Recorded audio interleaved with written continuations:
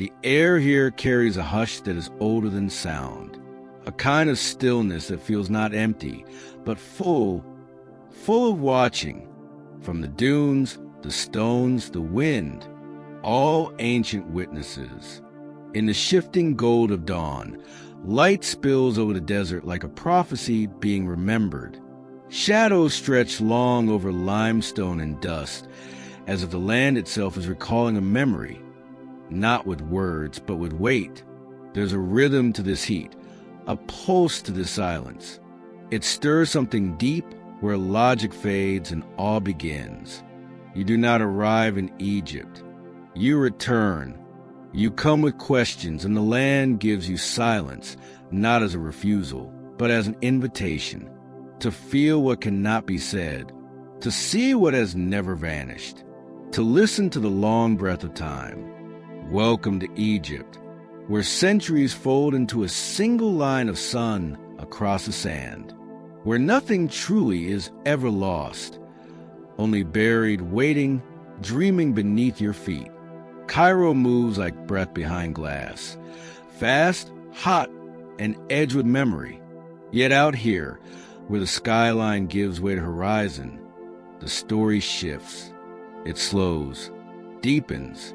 We begin not with a city, but with a whisper from the desert, from the dust. The Giza Plateau. The pyramids rise like riddles etched into stone, massive and motionless. They do not boast, they do not shout. They simply are, older than empire, taller than time. They were built not by slaves, a myth long echoed, but by skilled workers, artisans, villagers who labored in love and in seasons, fed well and housed in purpose. A community bound not by chains, but by reverence. They quarried limestone and granite, lifted it by hand and lever, aligning stone to sun and star. They carved chambers not for death, but for eternity. Each block was a vow, each corridor a question. Stand close enough and you will hear it. The soft hum of geometry, of mystery, of things yet unsolved. No blueprint survives, yet they endure. 3 giants in the sand, Khufu, Khafre, Menkaure, holding fast to the sky. At dusk, the wind carries stories down the causeway, past the Sphinx whose gaze neither blinks nor bends. Its face, carved from bedrock, has weathered storms, invasions, centuries of forgetting, yet still it watches. Some say it is Khafre's face. Others say it is the face of silence itself. Beyond the monuments, children race the edge of the plateau. Vendors sell hibiscus tea and trinkets, calling out with voices rich and cracked. Camels sway like tired ships beneath tourists and time. The modern and the ancient walk side by side here, a dance as delicate as the desert wind. And you, the traveler, must walk softly too, not just on sand, but on meaning, a few gentle truths for the journey. Respect is the first key. Egyptians greet with warmth, but also with memory. Show reverence, and it will be returned tenfold. Dress modestly, even in heat, as gesture matters more than explanation. In mosques, remove your shoes and your haste. The call to prayer may pause the street. It's a song not just to God, but to time itself. Photography is welcome in many places, but ask before aiming. Some spirits and people prefer not to be caught. And in the markets, where voices rise like flocks of birds, remember, haggling is not a battle, but a conversation. A ritual. Smile. Decline with grace. Say la, shukran, no, thank you, and mean it. Travel with water, always. The desert takes more than it gives, and yet it gives more than you think. Stay for golden hour. Let the light stretch its fingers across stone. See how shadow deepens a meaning. Listen to the silence shift. You are not a spectator here.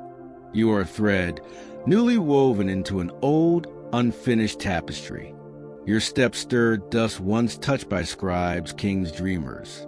Your breath joins a lineage of wonder, and when you leave, a part of you will remain, in the hush, in the heat, in the hush again. So begin gently, begin with reverence, begin where the sun first kissed stone and memory became monument. Welcome, traveler. Your journey through Egypt has begun.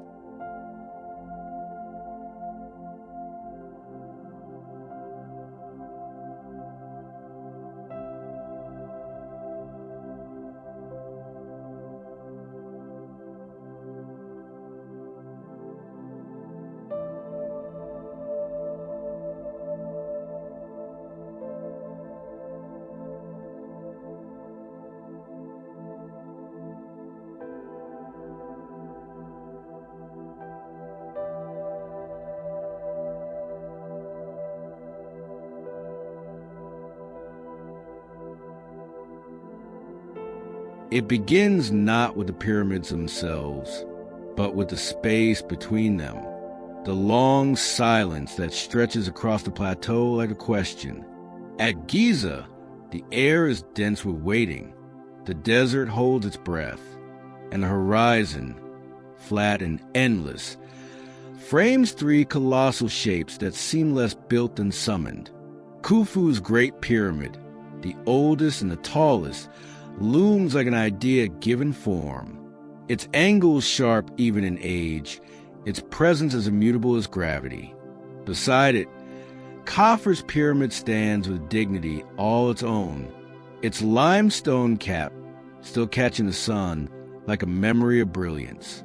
And Menkaure, smaller but no less certain, quiet in its power. They are not alone. The necropolis is vast, a city of the dead laid with the precision of the living. Tombs, temples, mastabas, all speaking the ancient language of alignment, to stars, to gods, to eternity. But eternity here was not imagined as forever still. This was a place of function, not just faith. Every structure had its rhythm. The priests moving through chambers, offerings placed, incense burned, words spoken that were meant to echo into the afterlife, a world made sacred by repetition. And just beyond this symmetry, the Sphinx, half lion, half human, carved from a single ridge of limestone, its nose long gone, its body weathered like bone, yet its gaze remains unwavering. What was it watching? Some say it was a guardian, some say a riddle, some say it was once painted in vivid color, cobalt, ochre, crimson, its face alive with ceremony and sun. Time has taken the color, but not the question. There's a forgotten chamber beneath its paws, unopened, unanswered, its secret still sealed in stone. And here, traveler, is your invitation, not to solve, but to witness. Let the sand cling to your shoes. Let the heat press close. Don't rush the ruins. They don't need your urgency. Stand still long enough, and you might notice the way the light shifts across blocks the size of trucks. Each stone laid by hands long returned to earth. Inhale slowly. You'll catch the faint scent of warm limestone and wind, a scent older than cities. Speak softly. You're walking through prayers. And know this, no photo, no drone, no textbook holds what the air here holds. Wonder cannot be captured, only felt. If you can, hire a local guide. Let them tell you the stories passed through generations, of hidden boat pits, of celestial alignments, of queens forgotten by textbooks. Their voices are part of the land now, too. And when dust begins to bleed across the sky, stay. Watch how the shadows climb the pyramids as if trying to return to the heavens.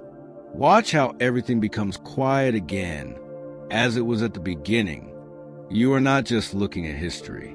You are walking inside a promise.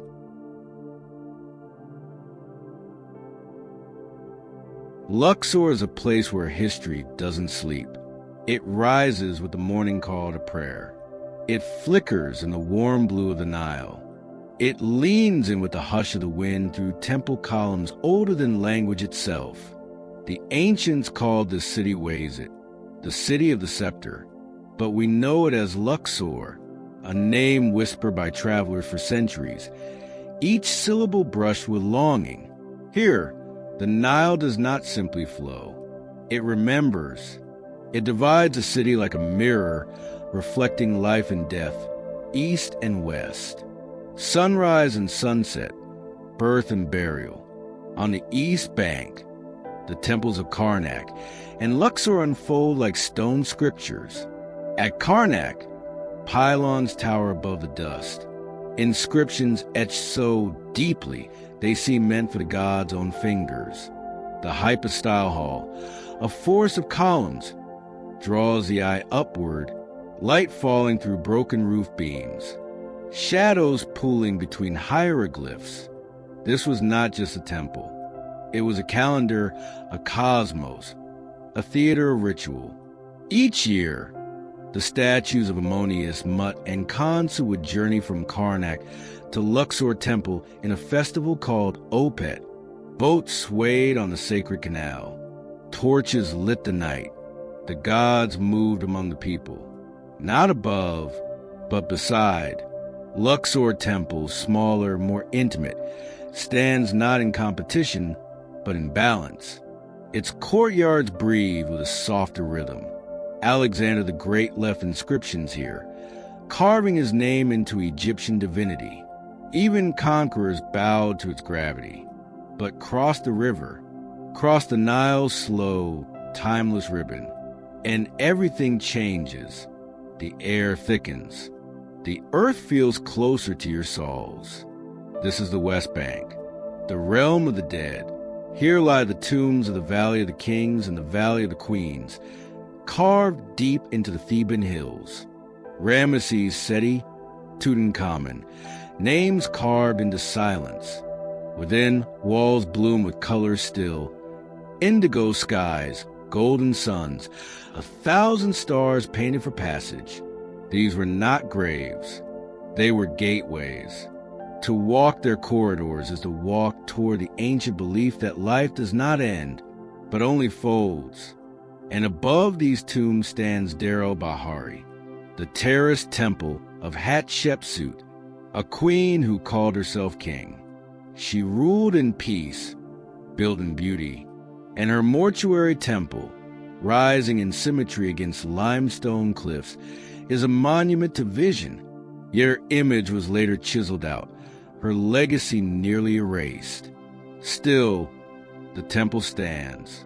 Still, her name returns in every breeze that moves across the colonnades. If you come to Luxor, come early, before the crowds, before the heat. Stand in the silence. Let the past greet you like a shadow returning to light, and walk with care. This city is not a museum.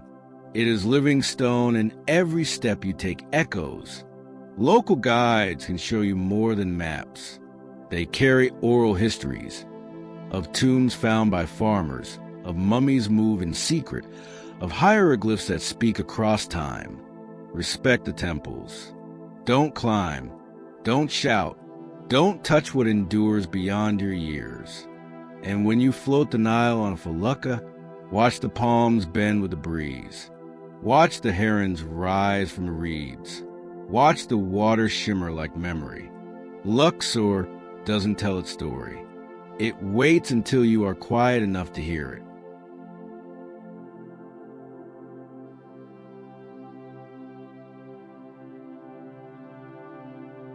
Cairo does not sleep. It glows, even at midnight. The air carries the warm chaos of the city alive in every breath. Calls to prayer, car horns, footsteps on stone, and laughter rising from narrow alleyways like smoke. This is not a city of silence. It is a city of pulse. The Nile runs through it, slow and constant, as if trying to cool the fevered hum of 20 million hearts beating at once. Here, minarets outnumber skyscrapers. Satellite dishes bloom like metal flowers from rooftops, and the past is not behind you. It moves with you, shoulder to shoulder. In Islamic Cairo, the mosques seem to lean toward one another, whispering centuries of secrets through archways and courtyards. Al-Azhar, Al-Hussein ibn Tuluan, each one a story carved in calligraphy, softened by centuries of prayer. Step into the Khan El-Khalili Bazaar, and the world narrows. Lanterns glow with pierced brass light. Spices spill from burlap sacks. Cumin, cinnamon, hibiscus. The smell of oud curls into the air like an old song. You'll hear your name called out even if no one knows it. Vendors don't just sell. They dance, they charm. They invite you into the ritual of bargaining. It's not commerce, it's performance. Sip mint tea at El Fishui, where the walls remember every poet who's ever sat beneath them. Naguib Mahfouz walked these streets, wrote Cairo into fiction like it was a dream you could touch. Even now, his voice lingers in the rustle of newspapers and the pause before the next sentence. Yet Cairo is more than the sum of its golden domes and marketplaces. In Coptic Cairo, churches nestle into the stone. The hanging church suspended above a Roman gate. Its wooden ceiling shaped like Noah's Ark. Its air thick with incense and continuity. And beyond the old quarter, past the river's curves and the chaos of traffic, rises the city of the dead, a sprawling necropolis where the living dwell among tombs. Families sleep beside mausoleums. Children fly kites over headstones. And in this quiet paradox, you feel the fullness of life, more than death. To be in Cairo is to surrender control. Traffic here moves like blood through an artery. No lanes, no signals, just instinct and inertia. Crossing the street is a rite of passage. Walk slow, don't hesitate, and the city will part around you like a tide. Respect dress in religious spaces. Cover shoulders, wear long pants or skirts. And be generous, not only with tips but with patience. Cairo is not a place to be done. It is a place to be absorbed. And when the day ends, find a rooftop. Look out across the domes and satellite dishes. Let the call to Maghrib prayer roll across the sky like smoke. The sun sets golden, then bronze, then velvet. And Cairo, glowing still, turns toward the stars.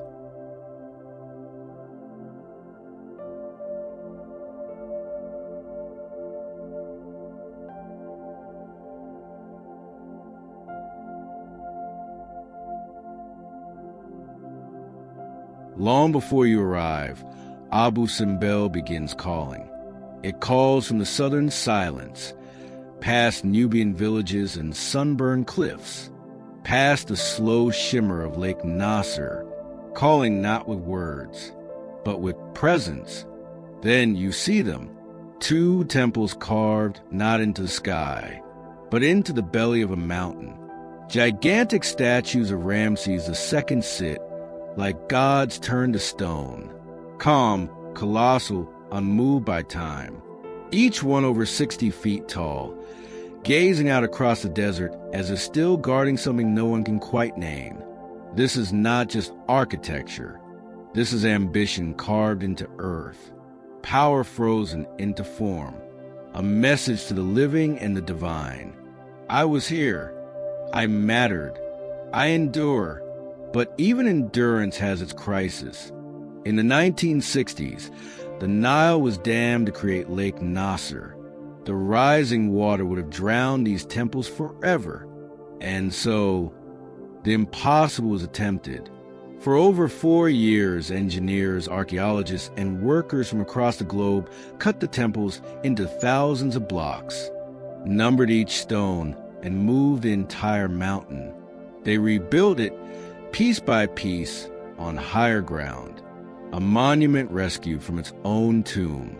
It was not a resurrection. It was an act of reverence. And still, it holds its breath. Step closer.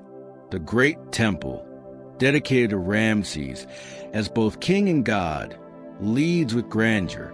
For statues sit at the entrance, though one has collapsed, its torso fallen like a memory mid-sentence. Above the doorway, the falcon-headed Arahorti spreads his wings in stone. Inside, the light dims. You walk between rows of osiride statues, arms crossed, eternal, unblinking. The air tastes like time held still. Wall reliefs show battle scenes, processions, offerings. In one, Ramses smites his enemies beneath the gaze of gods. And then, the inner sanctuary. Every February and October, on the exact days of Ramses' birth and coronation, the sun pierces through the temple's length, illuminating the seated figures of the gods, and Ramses among them. Only Ptah, god of the underworld, remains in shadow. This was design, not accident. To stand in that room on those days is to stand inside a solar equation written in stone. Next to the great temple is the smaller temple of Hathor, carved for Nefertari, Ramses' wife, queen, and counterpart. For her, he built a temple of love.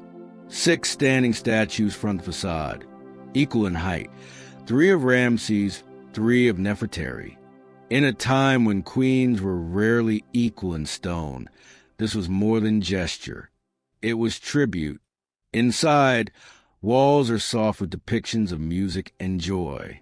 Hathor, goddess of music, motherhood, and sky, holds her sacred sistrum, a rattle of worship and wonder.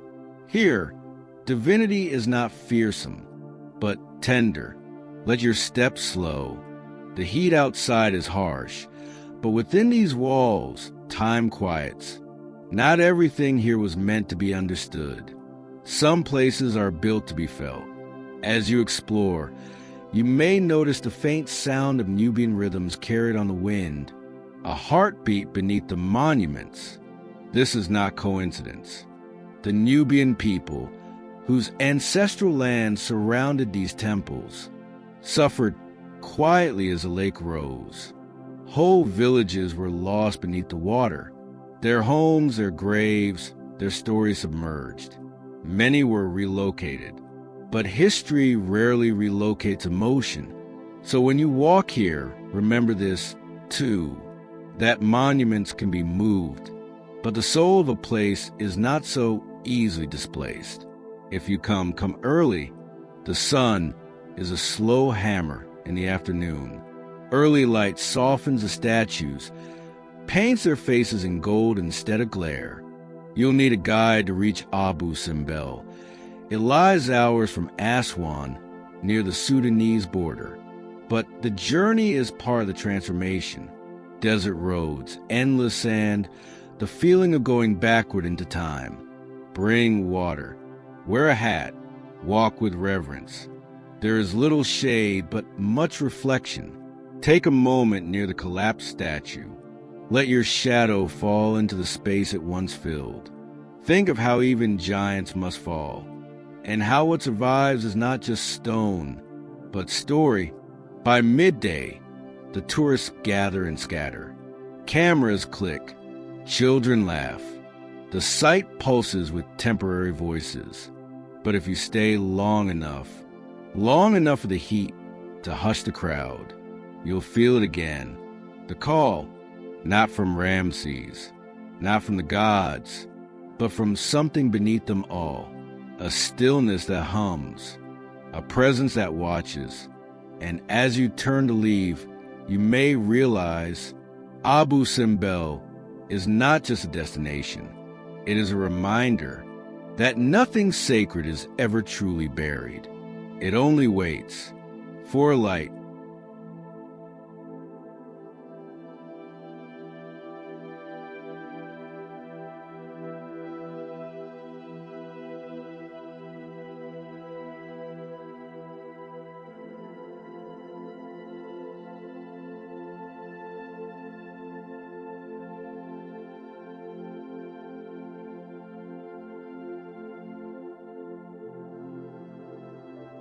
The wind at Saqqara moves differently.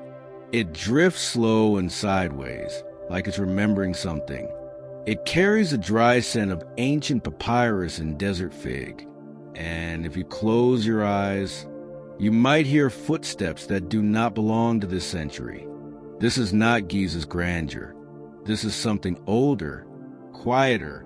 Before the Great Pyramids, there was Saqqara, a necropolis vast and sacred, where kings first learned how to speak to eternity in stone.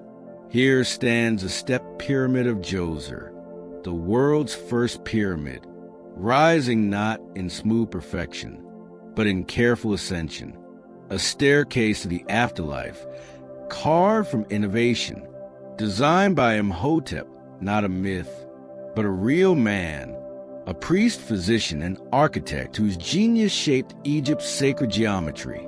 So revered was he that later generations worshipped him as a god of wisdom. Walk the complex, and you walk through an idea still forming. Colonnades of limestone stretch like ribs toward the sky. Walls shimmer faintly with faded carvings, reeds, cattle, offerings. The remains of chapels, courtyards, and ceremonial halls lie scattered like half-remembered dreams. In the Serapeum, deep underground, rests a giant stone sarcophagi of sacred bulls, each weighing more than 70 tons. They say the bulls were vessels of the divine, and were laid to rest with ceremony and silence, lit by torchlight and reverence. Saqqara is filled with these unexpected depths. Not all tombs are for kings. Some are for scribes, dancers, brewers, lives etched with equal care into the limestone. In the tomb of Ti, walls dance with scenes of agriculture and abundance. Boats on the Nile, fishermen casting nets, servants baking bread. These were not records. They were hopes. Images meant to sustain a soul forever, and still they breathe. Travelers rarely linger here long. The buses come and go, but if you wait, if you wander to the edges where the sand begins to reclaim the path, you may find the silence thickens, deepens, like the earth is listening again. A few soft truths, dressed lightly but modestly. Desert heat demands respect. Walk slowly. Saqqara is not a checklist, but a conversation.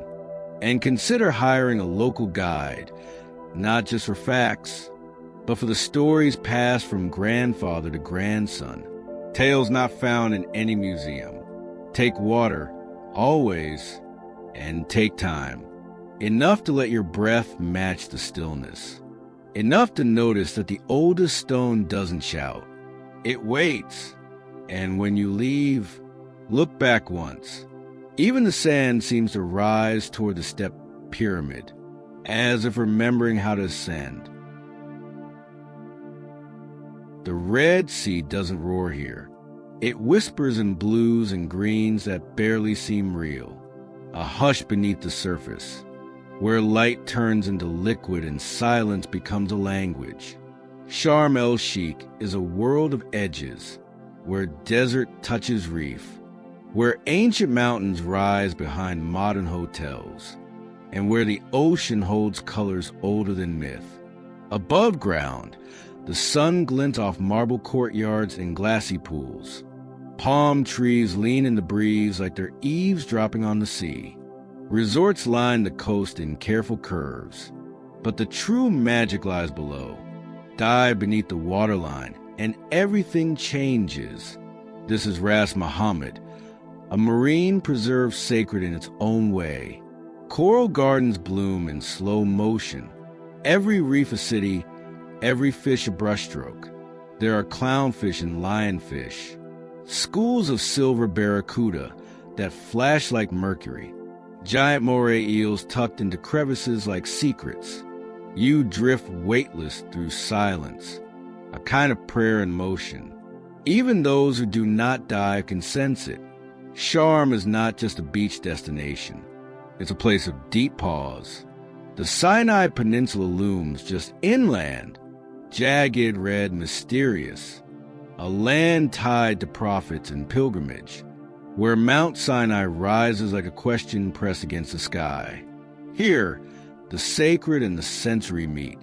You can sip hibiscus tea in the souk, then stand in the same dust Moses might have walked. The ancient is never far, only quieter here. Yet this paradise holds shadows too. Years ago, unrest rattled the region. Tourism slowed. Sharm waited, water still, coral untouched, the reef unaware of human headlines. Now, the visitors return. Carefully, hopefully, a few gentle truths for travelers. Coral is fragile. Do not touch, do not stand. Even one careless fin kick can take years to heal. Wear reef-safe sunscreen. Let your presence leave no mark. In town, bartering is welcome, but begin with kindness. Vendors will smile, joke, bargain. But fair prices build better stories and victories. Respect local customs, especially beyond the resorts. Cover shoulders and knees when visiting Old Sharm. A simple scarf carries quiet power. And in the evenings, when the light softens and the Red Sea glows like molten glass, walk the promenade. Let the call to prayer drift across the waves. Let the scent of grilled fish and mint tobacco curl into the cooling air. Sit by the sea with nothing in your hands but time. This is a place of contrast. Desert heat and ocean hush. Luxury and humility. Depth and light. And maybe that's the lesson. That peace does not mean absence.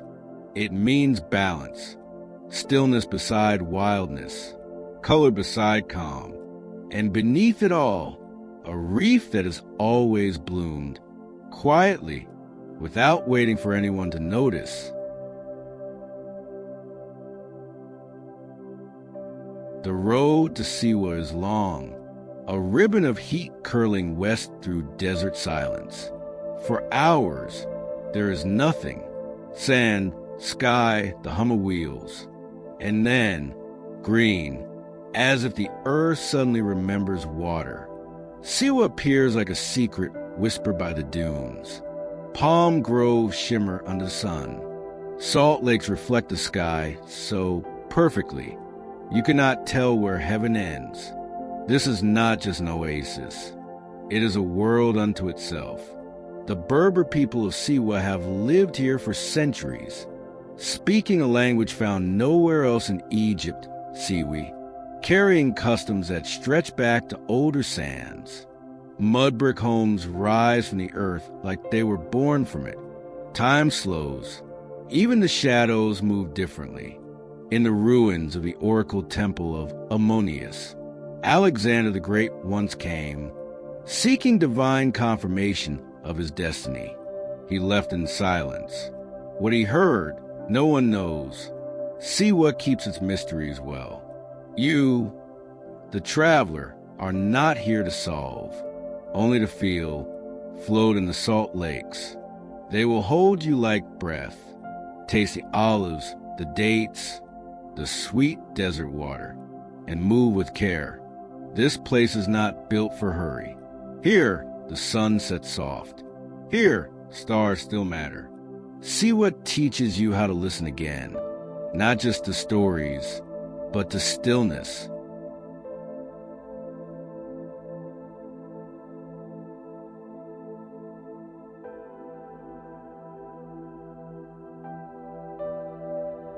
Aswan is a breath held between earth and sky. The Nile here widens, slow and wide like a story stretching toward its end. Palm trees lean lazily against the breeze, their shadows dancing soft on sun-baked stone. The city hums quietly, a place both gentle and vital.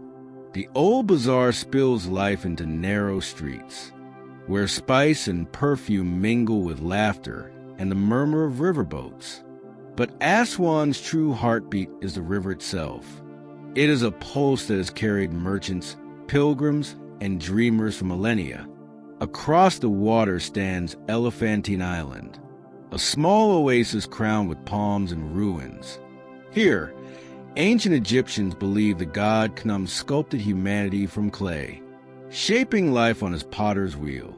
The island holds temples to Khnum, Satet, and Anuket, gods who ruled the Nile's gifts and floods. Pilgrims came seeking balance and blessing. Nearby, the Aswan High Dam reshaped the land and lives. It tamed the river's wild rhythms, brought electricity and progress, but also flooded ancient sites and displaced communities. This is a place of paradox, where tradition meets change, and the past is never far beneath the surface. If you visit, stroll the Corniche at sunset. Watch feluccas glide like painted memories across the water. Listen to the call to prayer echo from minarets, blending with the river's steady song. Walk through the markets. Try fresh dates and sugarcane juice. Speak softly with shopkeepers. They carry stories as old as the Nile. Respect local customs. Dress modestly, especially near religious sites. And always ask before photographing people. And remember, here, the river is more than water. It is life, history, and hope flowing eternal.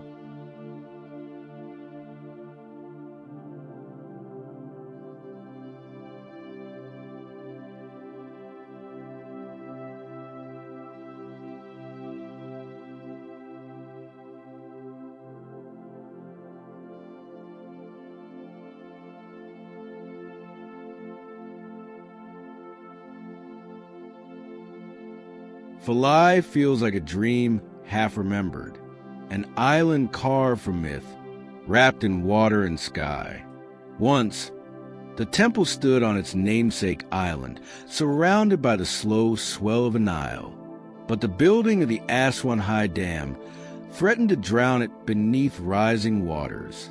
So, in a colossal effort, Philae was moved stone by stone to Ajilkia Island, a new home, a new beginning, like a phoenix rising from a flood. Walking through its courtyards is to walk through stories etched in granite and sandstone. The temple is dedicated to Isis, goddess of magic, motherhood, and the mysteries between life and death. Her presence lingers in every column, every relief. Here, stone whispers her name. The architecture is a poem in stone. Delicate carvings of lotus flowers and papyrus intertwine with figures of gods and goddesses, draped in eternal grace. The colors, faded but vivid, once danced beneath the desert sun. Philae was a place of pilgrimage, where ancient Egyptians sought healing, protection, and rebirth. The Festival of the Nile, beautiful festival of the valley, breathed life into the temple every year. Priests and worshippers carried statues and boats, circling the island amid music and incense. Yet the temple story is not only of reverence, it is a story of survival. When Philae was threatened by the dam's waters in the 1960s, UNESCO led one of the largest archaeological rescue projects ever. Over 40 countries joined to dismantle and reconstruct the temple, saving it from the abyss. It was a testament to shared human respect for heritage. Inside, the sanctuary holds a quiet power. Light filters through stone screens, casting lace-like shadows. The sound of footsteps echoes softly against ancient walls, where God seemed to watch with patient eyes. Notice the inscriptions of Cleopatra, her presence bridging Egypt's pharaonic past and its Greco-Roman future. A queen and a goddess entwined in the temple story. As you move through, feel the water around you, the Nile that both nurtures and challenges. The river's ebb and flow are the heartbeat of this place. Travel tips. Visit early to avoid crowds and feel the morning light paint the carvings gold. Hire a local guide to unlock stories the stone only hints at. Respect the fragile carvings. no touching. Wear comfortable shoes. The island terrain is uneven. Philae reminds us that history is not static. It is a river, sometimes calm, sometimes turbulent, but always flowing. And in its flow, we find connection.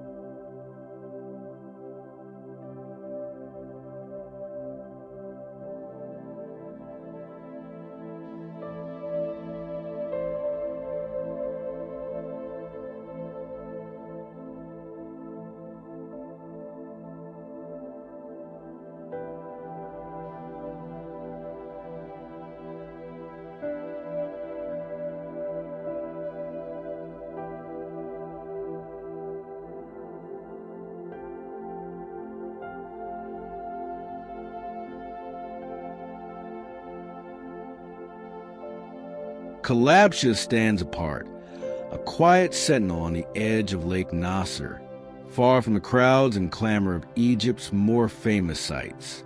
It is a temple that speaks softly but with conviction, its stones heavy with devotion, its walls etched in the language of gods and men. Originally built during the Roman period, Kalabsha honors Mangelus, the sun god of Nubia, whose light once illuminated this sacred place in ways both literal and divine. The temple was not born here. When the waters of Lake Nasser rose after construction of the Aswan High Dam, Kalabsha, like Philae, faced the threat of drowning.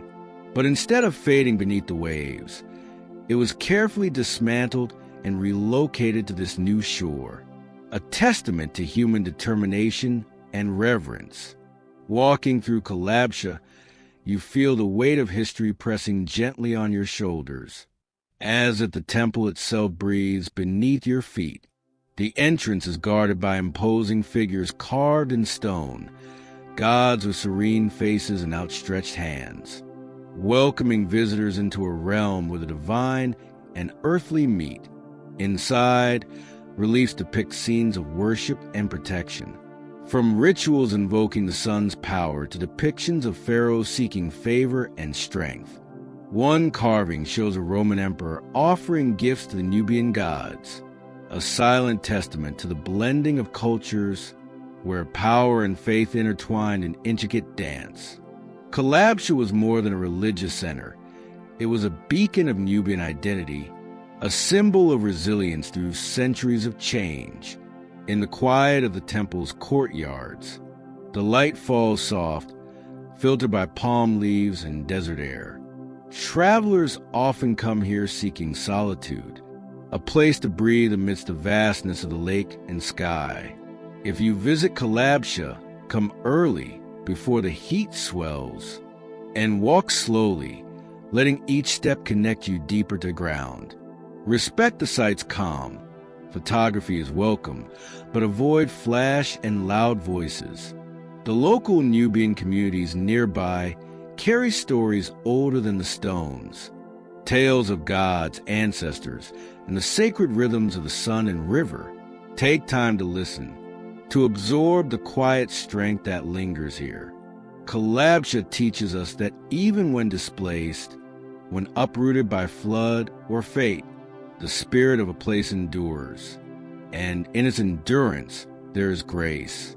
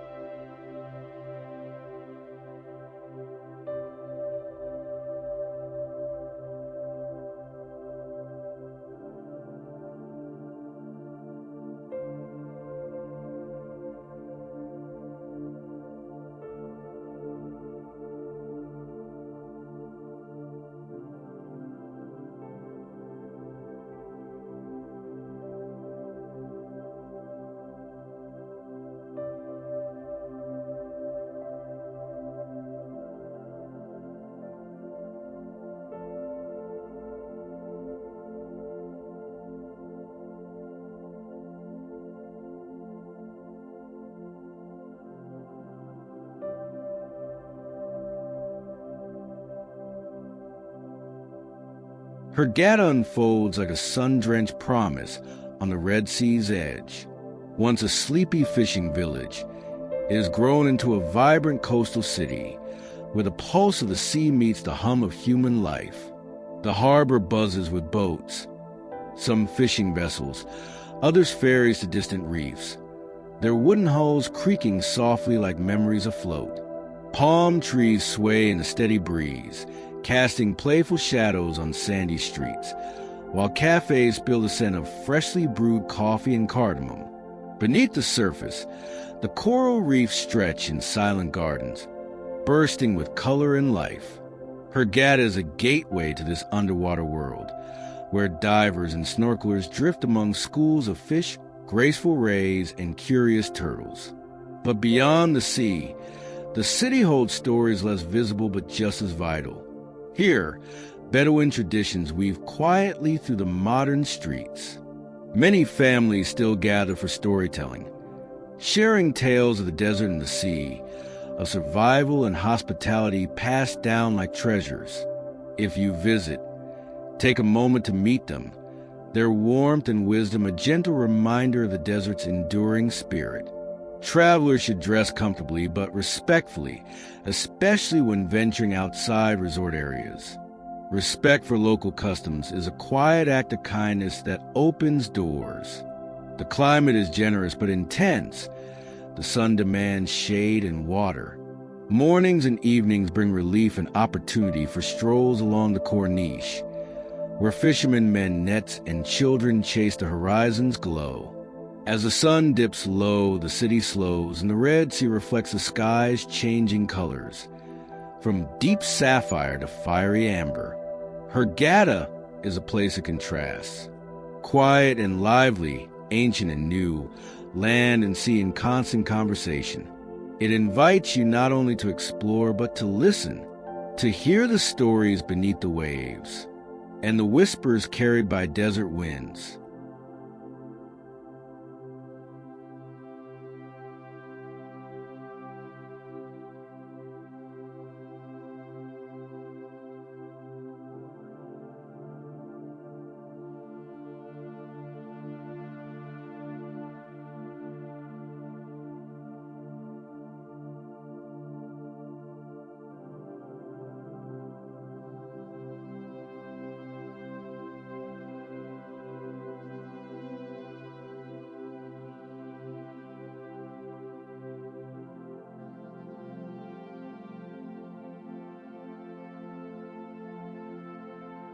Dahshur rests quietly beyond the bustling cities, a desert plain where the horizon seems to stretch forever.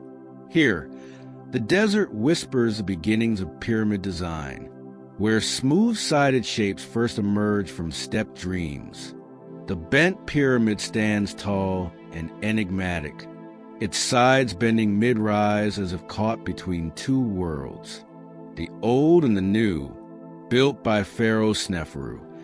It reflects the trial and error of ancient ambition, a monument to innovation, and the courage to change. Nearby, the Red Pyramid rises with softer angles. Considered Egypt's first successful true pyramid, its warm red limestone glows under the sun like a silent flame.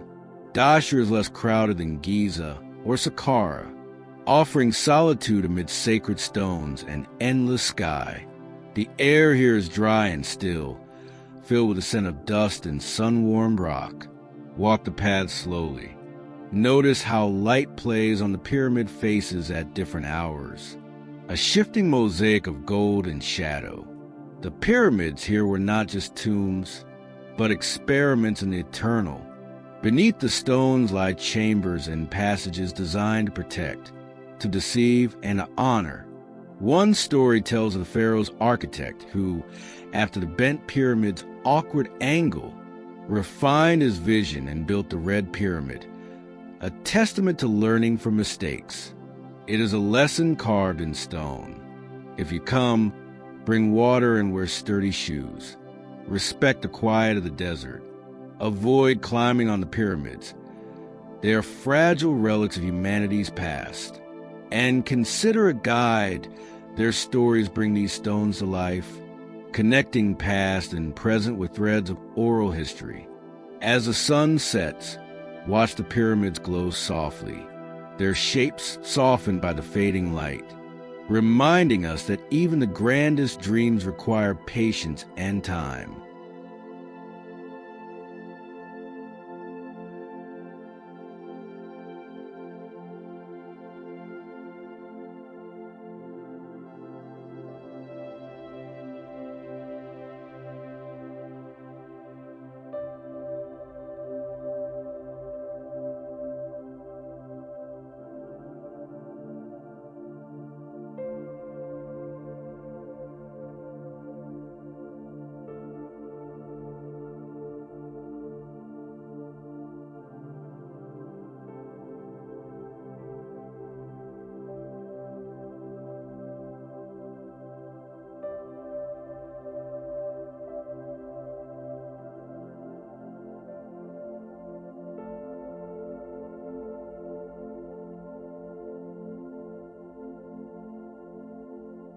The White Desert is a place where reality softens and imagination awakens.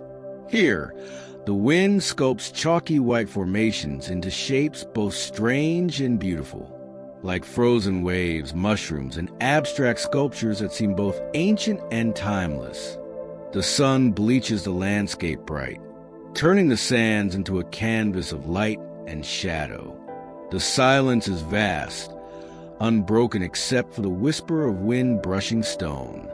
Nearby, the Black Desert stands in stark contrast. Its dark volcanic hills rise like sentinels against the horizon, their surfaces dotted with black basalt boulders gleaming under the sun. Together, These deserts tell a story of fire and water, wind and stone. The White Desert was once a seabed, and its chalk formations are remnants of coral reefs and marine life, transformed over millennia. The Black Desert, born from volcanic activity, holds stones millions of years old, bearing witness to the Earth's restless past. Travelers here are few and far between. The journey to these deserts requires patience and preparation. You must bring water, sun protection, and respect for the fragile ecosystem. Camping under the vast night sky here is an experience like no other. The Milky Way spills overhead, stars bright and endless, and the silence becomes a deep, breathing presence. Local Bedouin guides share stories of the land, tales of survival, tradition, and the sacredness of these spaces. They teach respect to the desert's moods and rhythms. If you come, travel gently, tread softly on the chalky ground, take only photographs, leave only footprints. These deserts are not just landscapes. They are reminders of time's passage, slow, majestic, and eternal. And as dawn breaks, light spills across white and black stones, painting a portrait of contrast that mirrors life itself.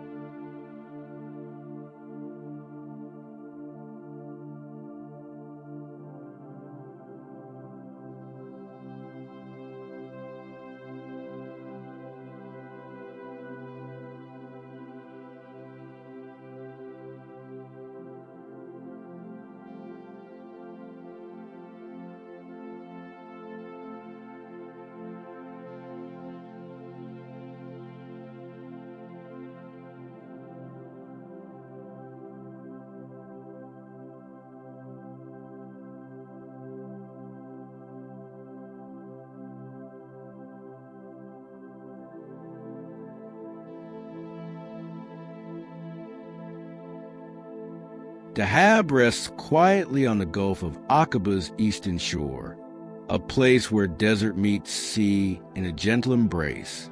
Once a small Bedouin fishing village, it has grown into a haven for travelers seeking calm and connection.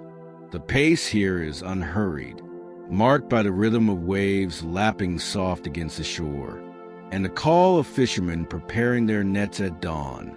The colors are muted yet rich. The golden sands, the deep blues of the sea, the rugged mountains rising behind like silent guardians. Dive into the waters, and you enter a world of coral and light. The blue hole, famous and mysterious, draws divers from all over the world, its depth a challenge and a promise. Beyond the diving, Dahab streets hum with quiet life. Cafes spill aromas of fresh mint tea and cardamom coffee, and Bedouin tents offer spices, textiles, and handcrafted jewelry. The Bedouin culture here is vibrant and welcoming. Visitors are invited to slow down, to listen, to learn the soft art of hospitality passed down through generations. Travel gently here. Respect local customs. Dress modestly, especially outside tourist areas. Protect the fragile coral by avoiding contact and using reef-safe sunscreen. And savor the evenings. As the sun sinks low, the sky ignites in fiery hues, and the stars emerge bright and steady. In this peaceful corner of the Sinai, time feels wide open. Here, you are invited to breathe, to rest, to be.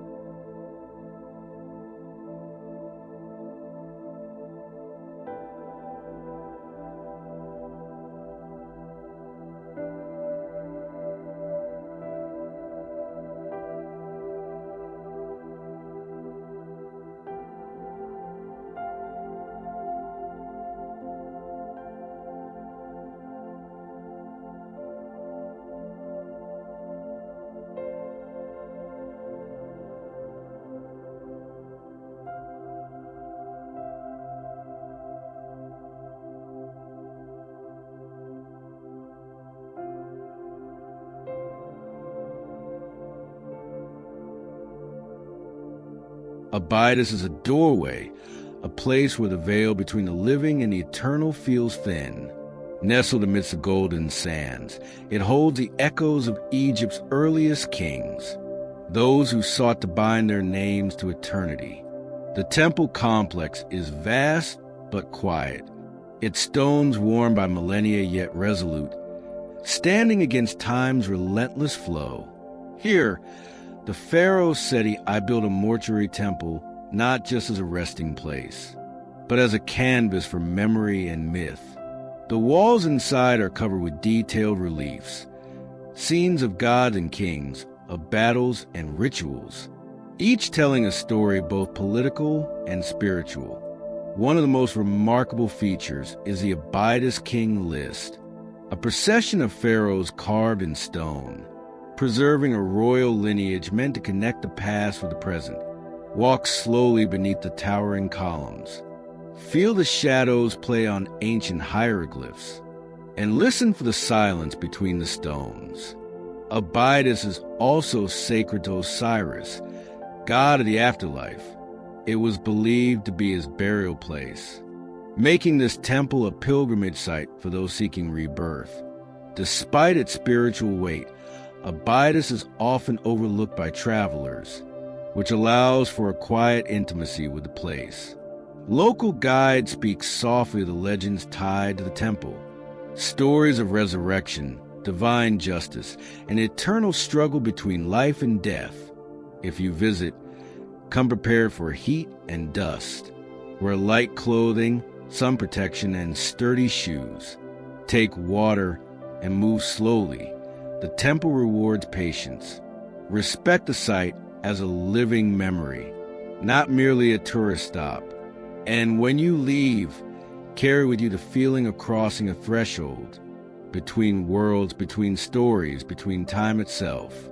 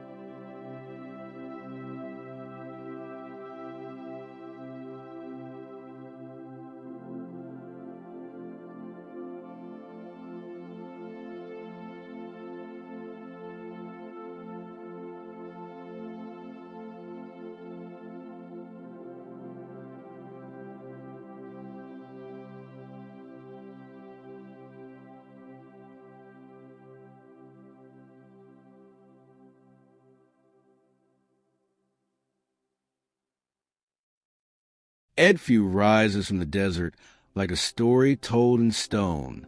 Its temple, one of the best preserved in Egypt, stands as a testament to devotion, power, and artistry frozen in time. Dedicated to Horus, the falcon-headed god, the Temple of Edfu is both majestic and intimate, a palace of the divine carved with precision and passion. Walk beneath its towering pylons, where scenes of gods and kings play out in relief. Horus defeating Seth, the eternal struggle between order and chaos, light and shadow. Inside, the temple sanctuary holds a quiet power.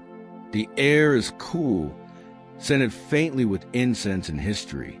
Every column, every wall, speaks of rituals and beliefs that shaped ancient Egyptian life. The temple was more than a place of worship. It was a community center, a court of law, a site for festivals. The annual festival, the Feast of the Beautiful Meeting, brought together the temples of Edfu and Kom Ombo, celebrating the union of Horus and Hathor with music, dance, and processions. Edfu's architecture is a marvel of balance. Its symmetry and scale reflect a cosmic order, inviting the visitor into a world where the sacred and the earthly meet. Local guides tell stories of the temple's construction, built over nearly 2 centuries during the Ptolemaic period, a time when Egyptian and Greek cultures intertwined. The temple's inscriptions are a treasure trove of ancient Egyptian language and ritual, offering insights into a world both familiar and strange. Visitors should come early to avoid the midday heat, wear comfortable shoes, and respect the sanctity of the site. Photography is allowed, but touch nothing. Edfu reminds us that faith is as much about community and celebration as it is about reverence. And that stone, when carved with care, can carry stories across millennia.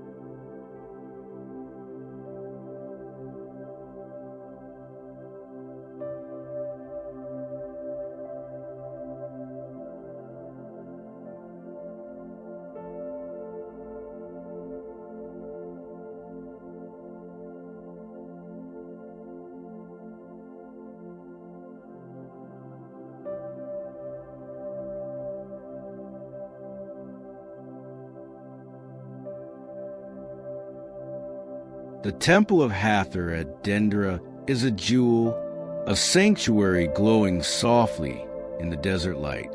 Dedicated to Hathor, goddess of love, music, and joy, this temple is a celebration carved in stone, where walls sing and colors dance beneath the sun. Step inside, and you are greeted by columns crowned with Hathor's face, a gentle smile that has watched over this place for thousands of years. The ceiling above is a cosmic tapestry, painted with stars and zodiac signs, mapping the heavens as ancient Egyptians understood them.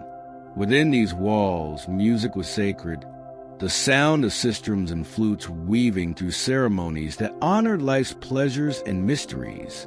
Here, the goddess was both mother and muse, protector and provocateur. The temple's reliefs tell stories of love and power, of the divine feminine in all her complexity. It is said that Cleopatra herself visited Dendera, leaving her mark within the temple's sacred spaces. The temple was also a center for healing, where priests practiced rituals to cure the body and soul. As you walk the halls, notice the delicate carvings of lotus flowers, cows, and celestial beings, symbols of fertility, renewal, and cosmic balance. Travel gently here. Respect the silence. Dress modestly and ask before photographing. Visit early or late in the day to catch the soft light that brings the colors alive. The Temple of Hathor invites you to pause, to feel the music of the past echo through stone, and to remember that joy and reverence often walk hand in hand.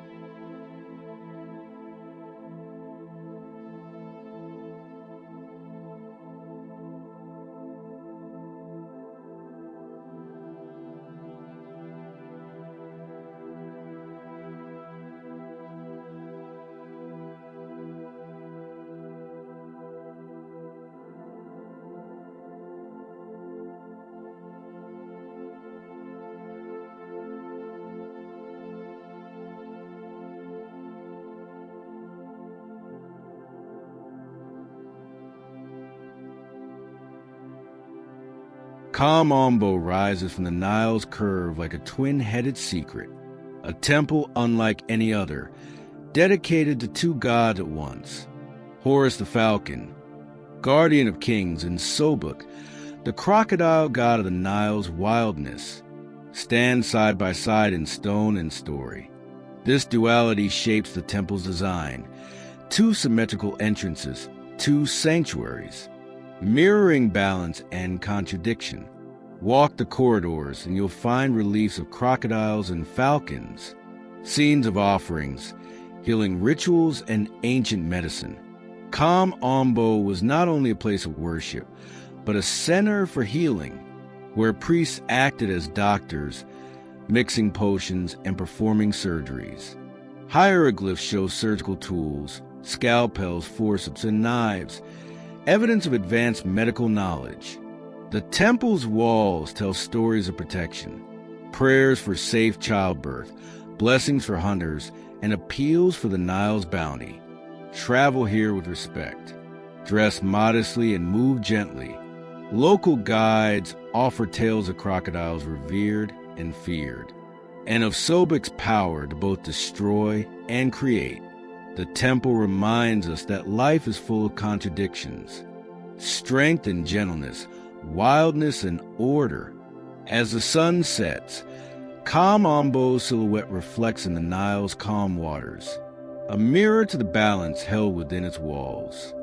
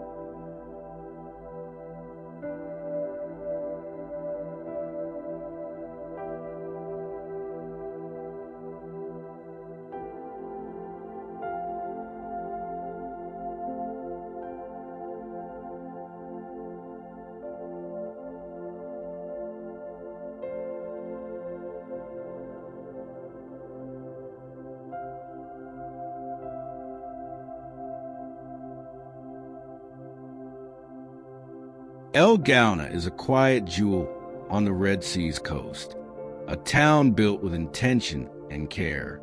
Its whitewashed buildings glow warmly under the sun, framed by palm trees and gentle waves. Here, modern life and nature meet softly. Marinas hum with boats bobbing lightly, while narrow streets invite slow walks shaded by bougainvillea. The sea here is calm, clear and inviting, a sanctuary for swimmers, sailors, and dreamers alike. Gouna's community carries a spirit of sustainability and creativity, where art and nature dance together. Visitors are welcomed with open arms, and the pace encourages pause. Travel gently, respect the water, listen to the wind, and remember that even in places made new, there is room for quiet wonder.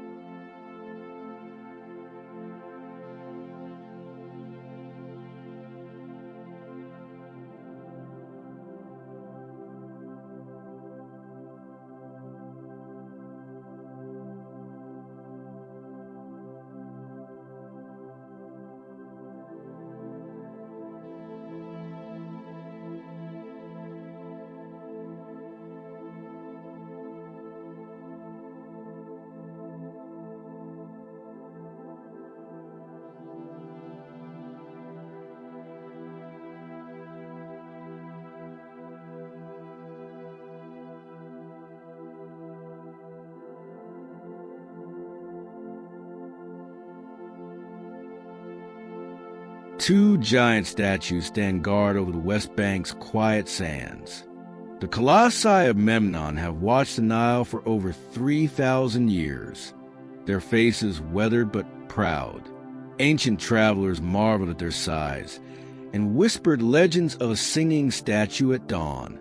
Though centuries have passed, their silent vigil remains. They are more than stone. They are memory, mystery, and the weight of time itself.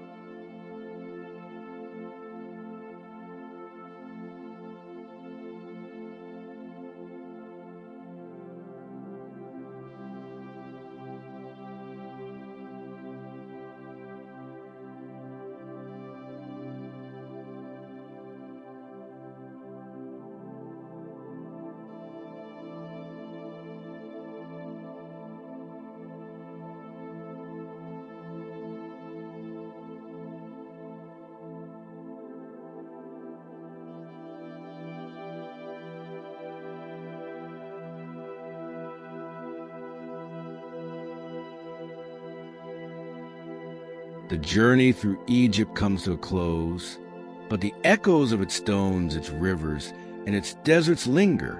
You, the traveler, have walked paths carved by gods and kings, felt the pulse of the Nile and the silence of ancient sands. Remember, every place holds a story beneath its surface, waiting, always waiting for you to listen. This is not an end. It is a beginning. You are the traveler now,